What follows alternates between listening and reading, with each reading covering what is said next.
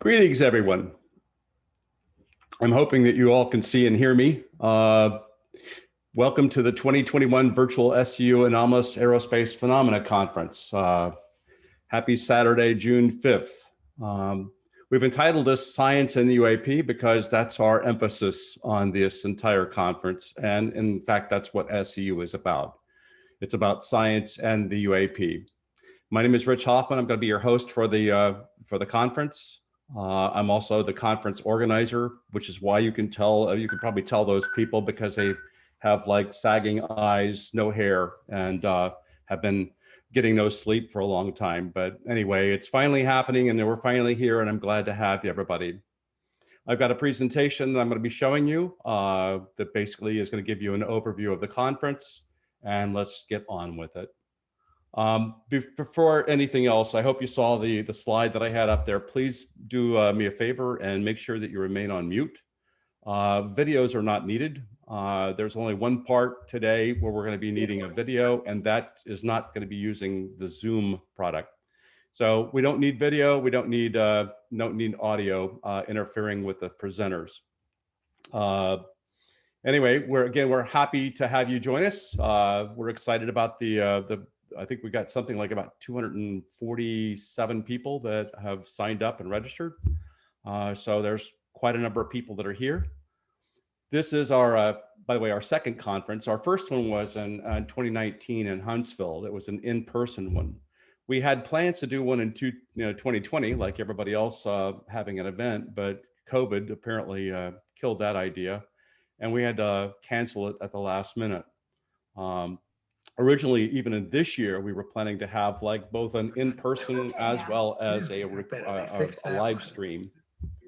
And we couldn't do that one either because just there were still. However, I certainly want to see his whole face. I have somebody out there that's not muted. Please mute. Anyway, we have COVID-19 led to the cancellation of the 2020 conference. But we did bring back many of the 2020 speakers and decided to go with an only virtual conference. Next year, we'll probably go back to something that's more like a hybrid between having in-person as well as the live stream type of event. This conference basically has a lot of global interest. Those little dots on the screen are reflecting basically where people visited our registration site. And we do have a lot of people coming from very far away places, everywhere, such as Malaysia. We've got people in Australia. We've got people in Europe. We've got a whole variety of other people, from around the world that are attending. And so we're very excited. A little introduction about me. I just celebrated my 57th year anniversary in ufology. I got started when I was 13 years old, and I'm going to be turning 70, so you do the math. Started as a result of an 8th grade science class that they told me to do a report on UFOs. And by the way, I got a D on that report because I didn't really care much about them. And then shortly after that, I found out Project Blue Book was in the city just up the road from me in Dayton, Ohio. And that created a huge interest, and I suddenly went from there and made a lot of connections, even with the people at Blue Book. Served in various leadership roles in very many organizations, Ohio UFO Investigators League, Ground Saucer Watch, MUFON, CUFOS, UFO Data Project, and then UAPX. I was doing consulting. But I'm also one of the founding board officers of the SCU, and we got that started in 2017.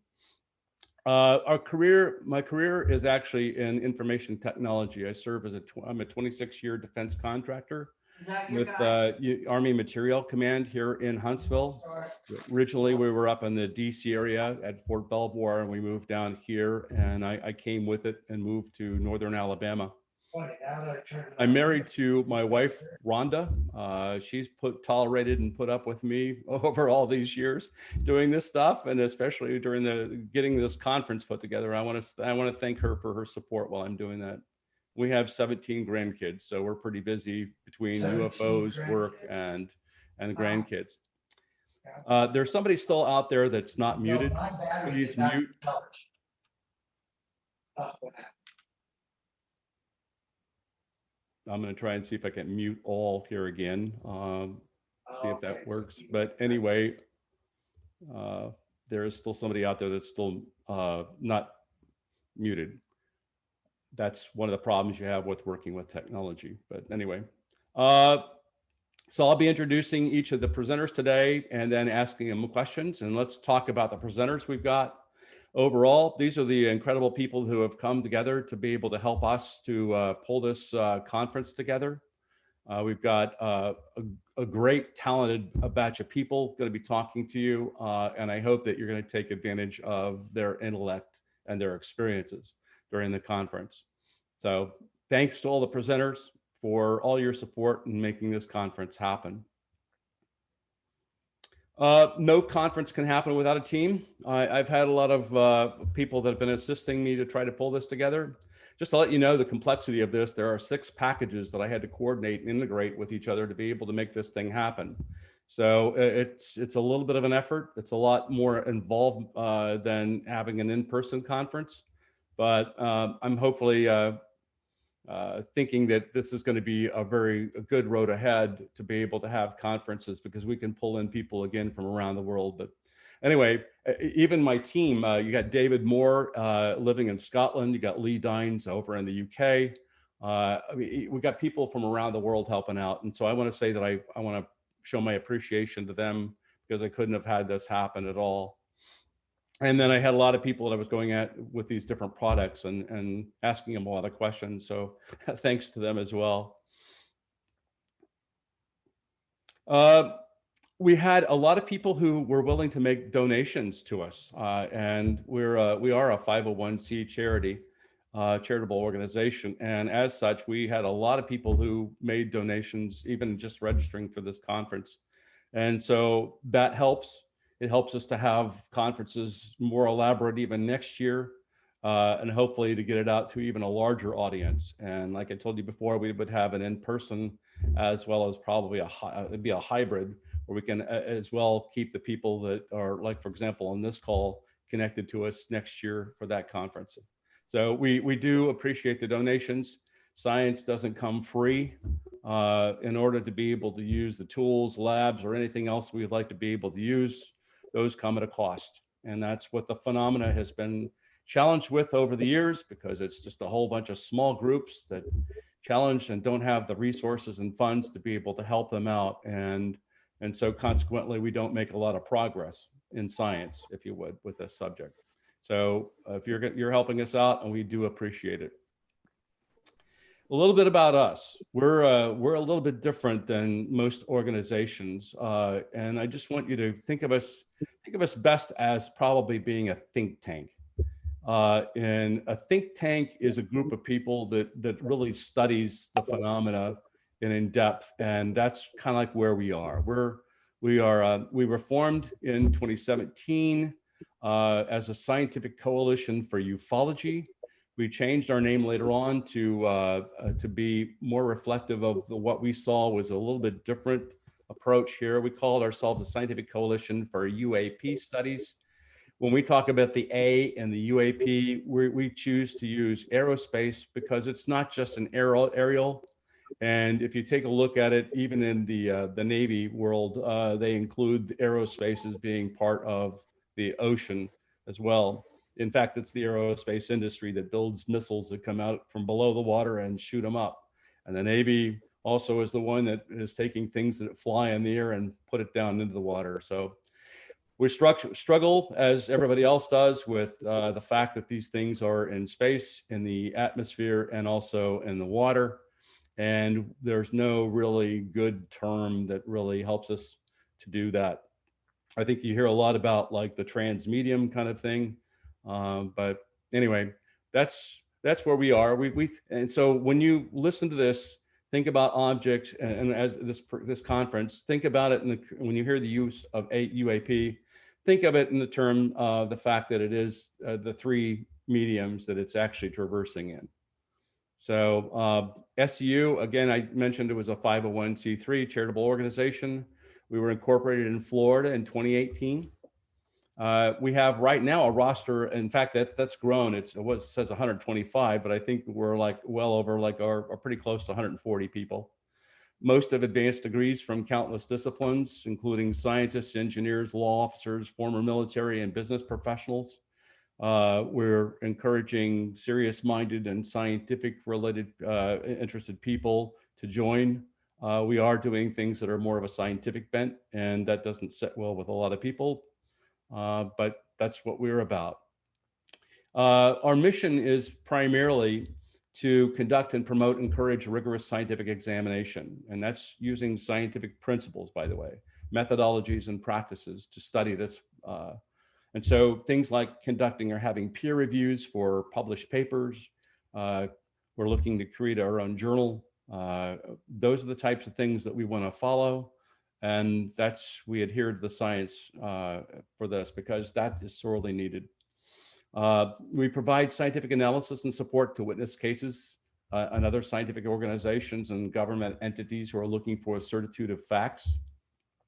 We seek to share our credible data with the public, the media, the government, and scientific institutions so we can further our understanding of this phenomena.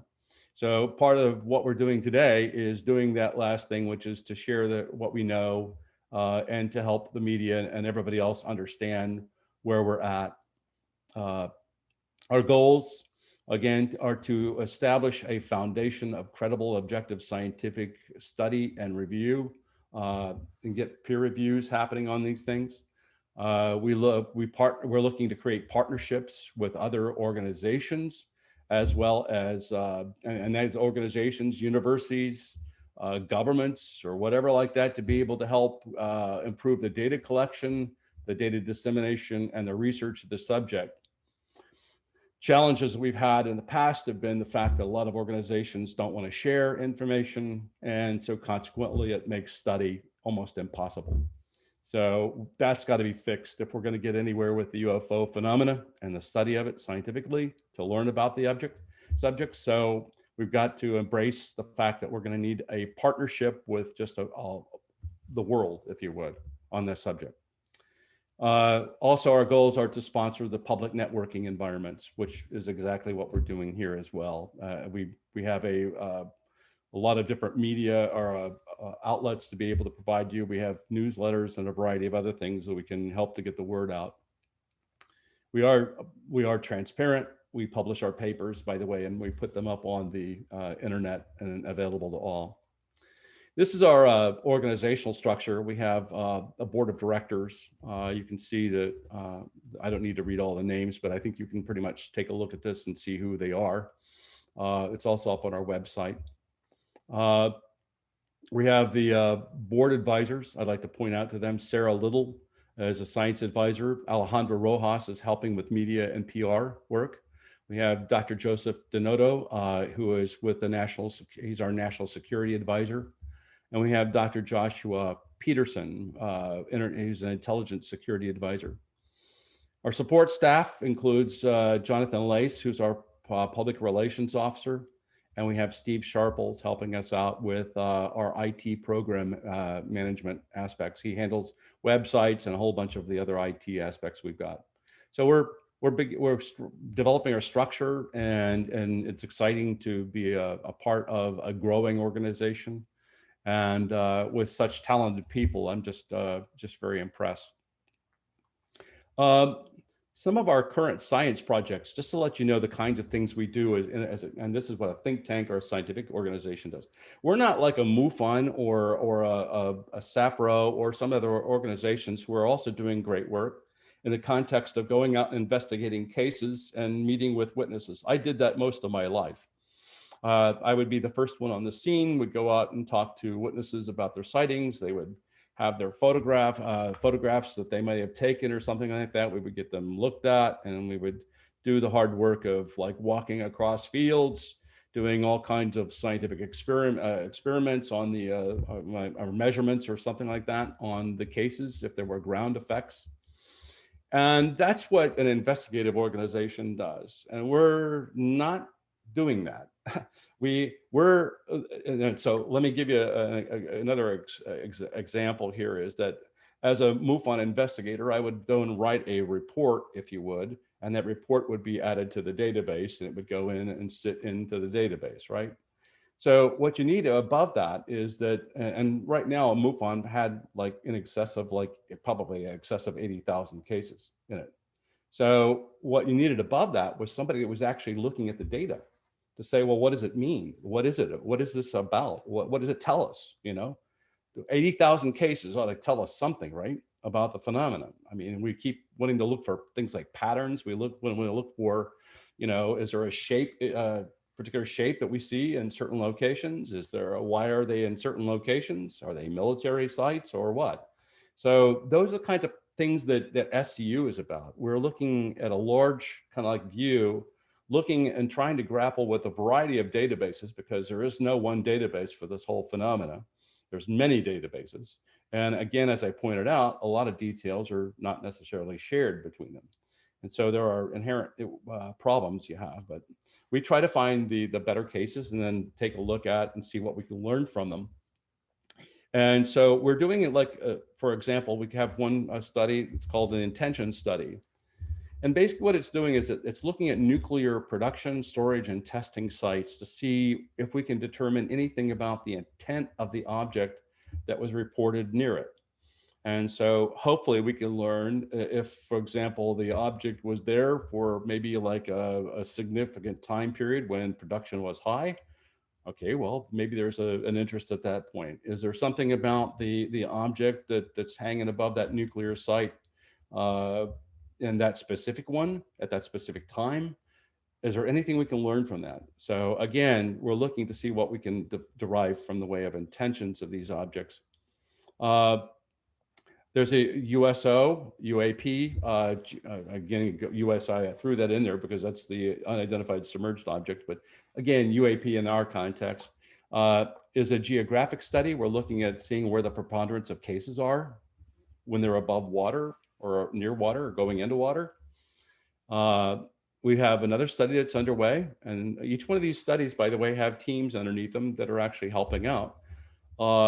We have a characterization study, which was looking at basically what can we deduce about the shapes, the maneuvers, the colors, or any of these types of things related to the objects. And so that's a long-term effort looking at that. We're looking also, there's a study that's looking at the relationship of coronal mass ejections timed with solar events and to see if there's any relationship between those and the UAPs. Another one is looking at UAPs and sound. Most of the time you hear that, the objects move away silently, there's no sound, but occasionally there are sounds. And so what can we deduce about the sounds, if any, and what kind of equipment or anything like that do we need to be able to do those studies? Because there might be sound, so we're not auditorily picking it up with our human ears. You might have a situation where you have it recorded and it's on the recording of an object that you took with your cell phone or something like that, but you wouldn't have any way of knowing that it was actually there. So there could have been sounds. And so again, looking at to see that what can we deduce about sounds and UAPs. Another thing is that we're looking at the site, we're doing a psychological evaluation of UAP encounters. And so it's, there's a group of people that are actually looking at that impact.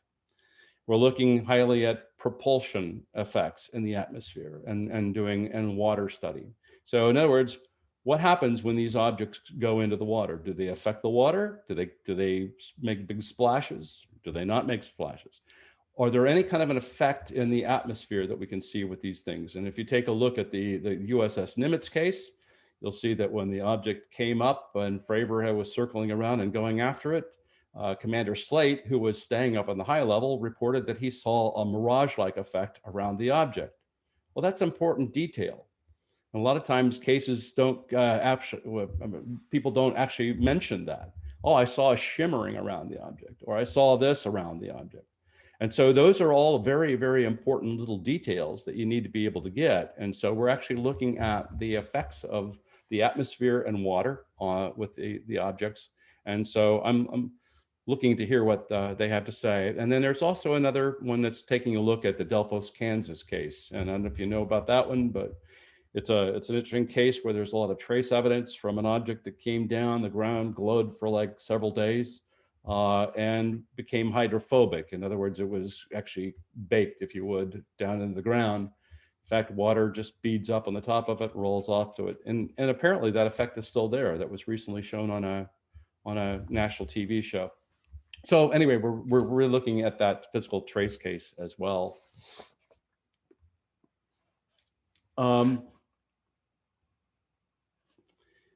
We've got a variety of studies and papers we've already published. We've got one that's called Estimating Flight Characteristics of Anomalous Unidentified Aerial Vehicles in the 2004 Nimitz encounter. And so, and then we have Estimating Flight Characteristics of Anomalous Unidentified Aerial Vehicles. We have a forensic analysis of Navy Strike Group 11's encounter with an anomalous aerial vehicle. We have the 2013 Aguadilla, Puerto Rico UAP incident, a detailed analysis, and the Stephenville Lights, a comprehensive radar witness report study.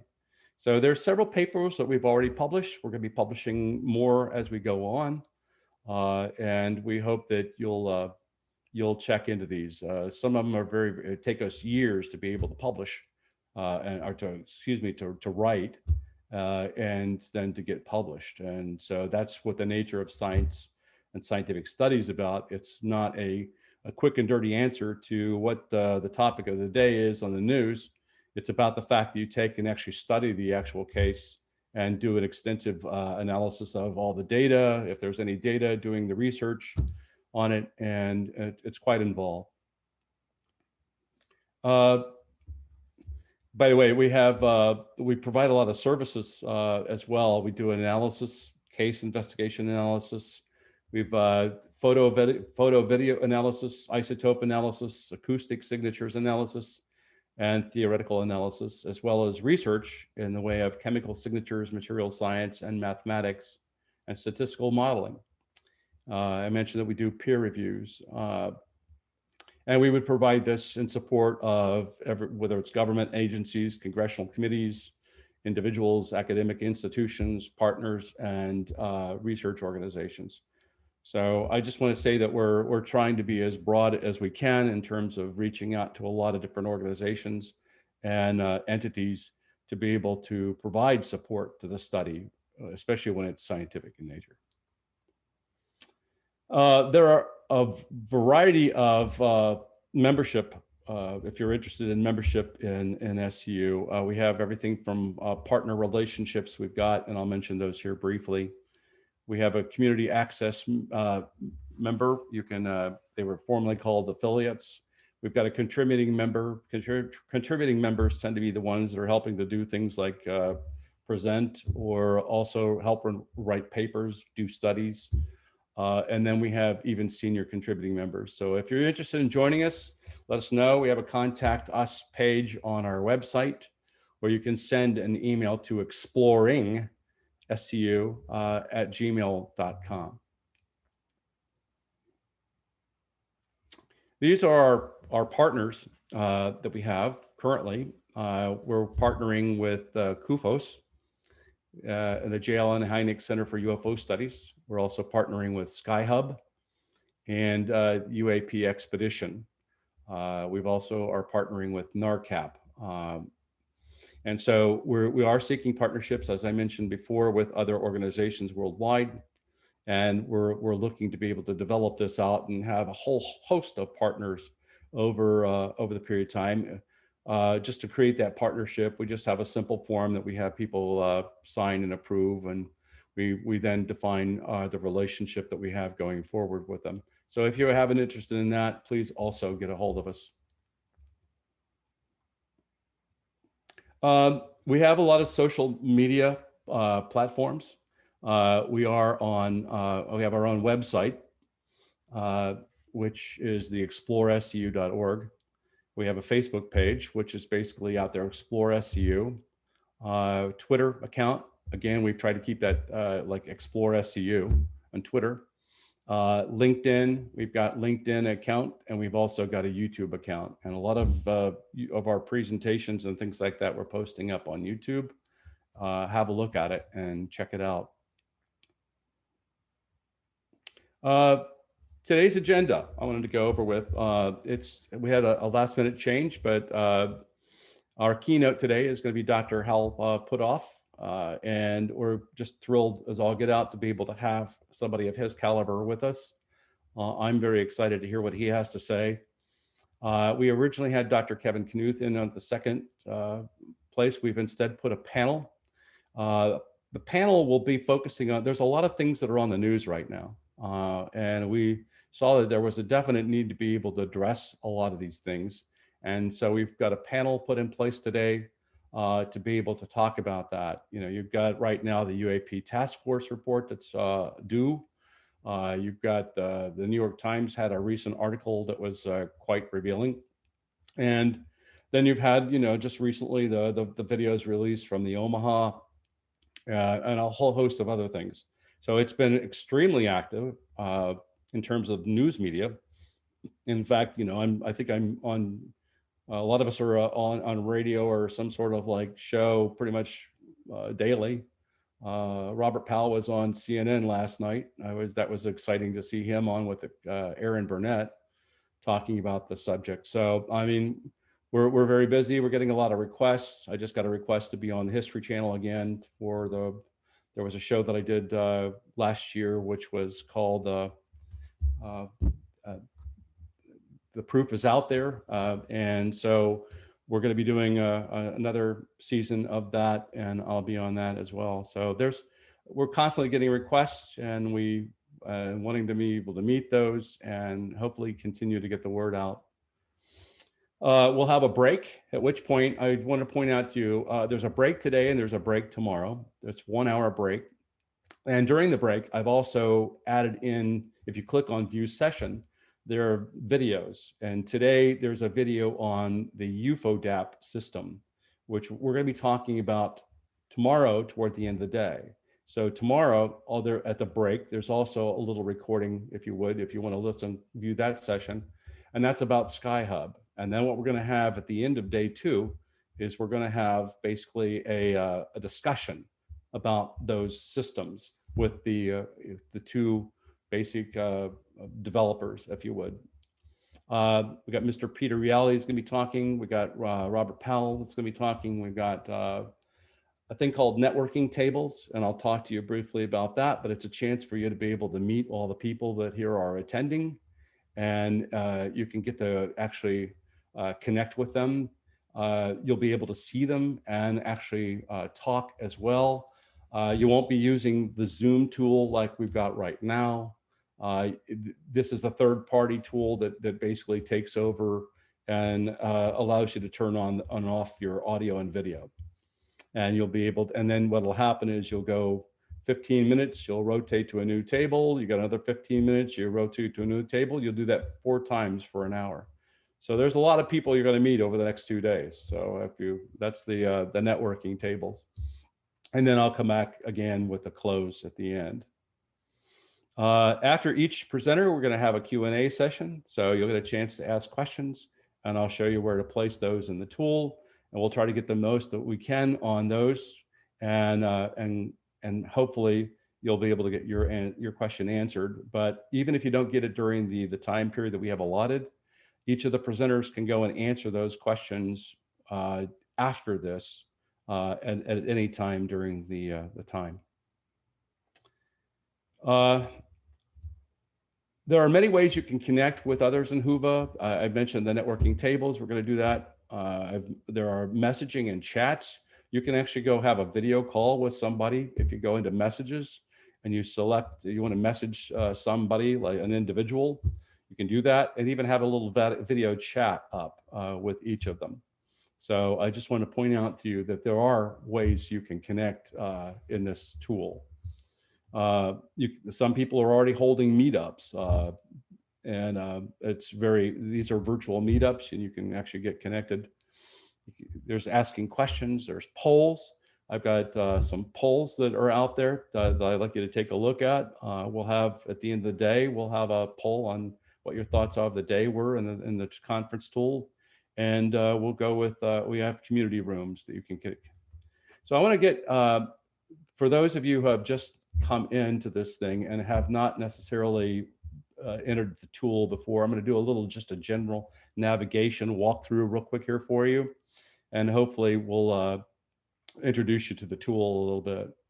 So over on the left-hand side of the screen, and you'll see that there's navigation folders. You can go click on each of those and they lead you into a certain place.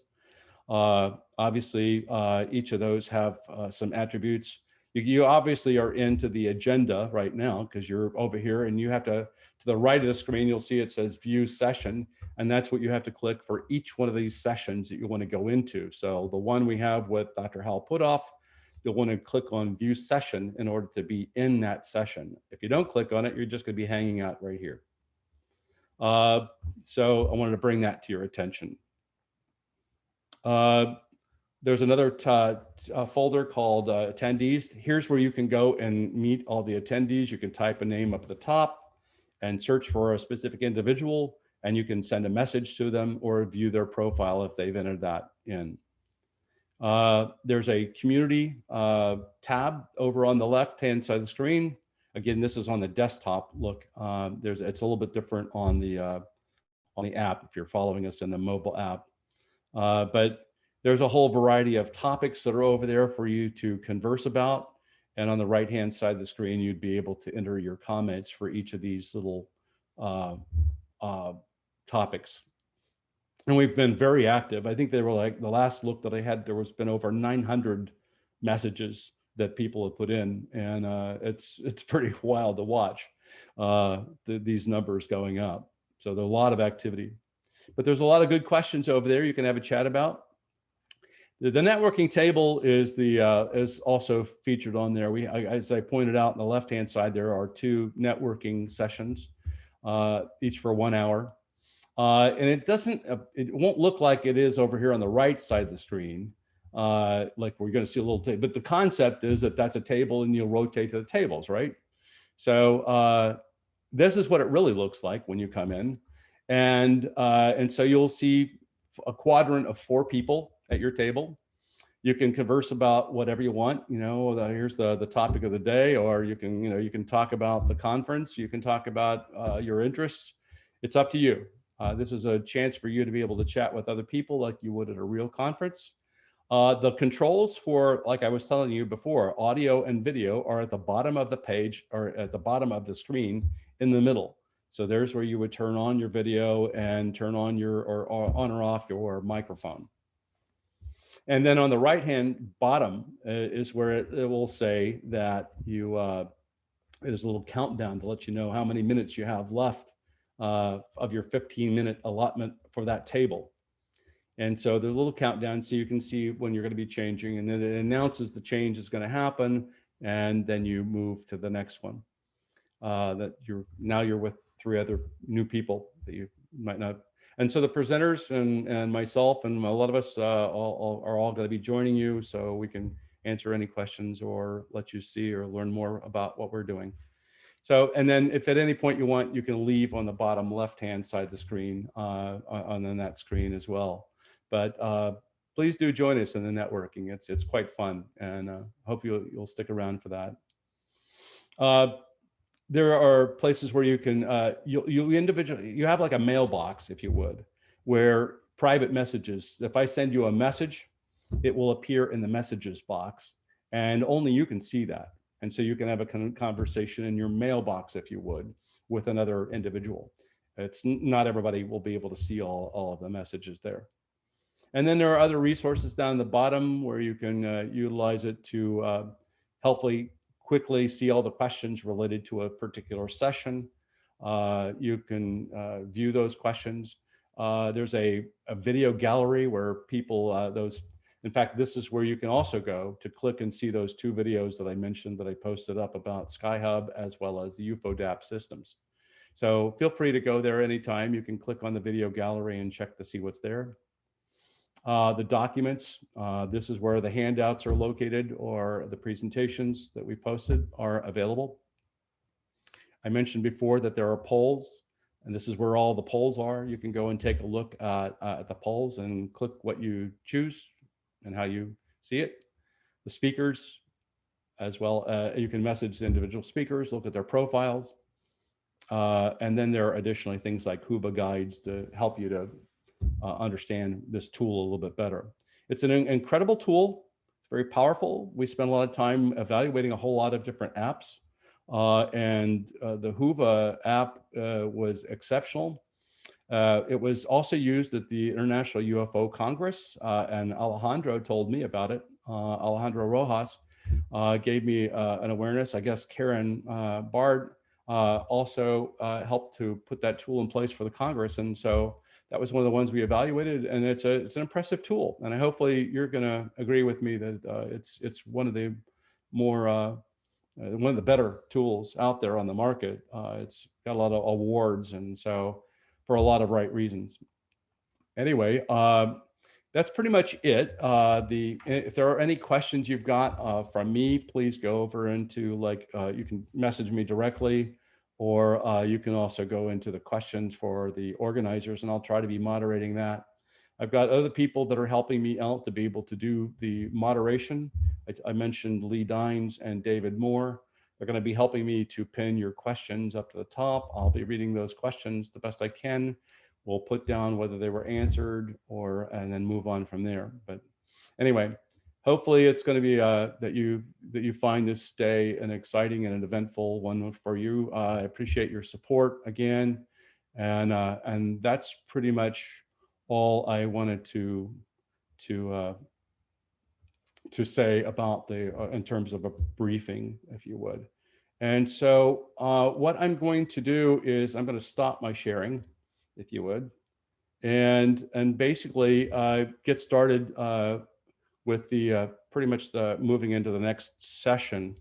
And so I'm going to be doing a start and stop on the recording. And then that way we'll be able to have these sessions posted up.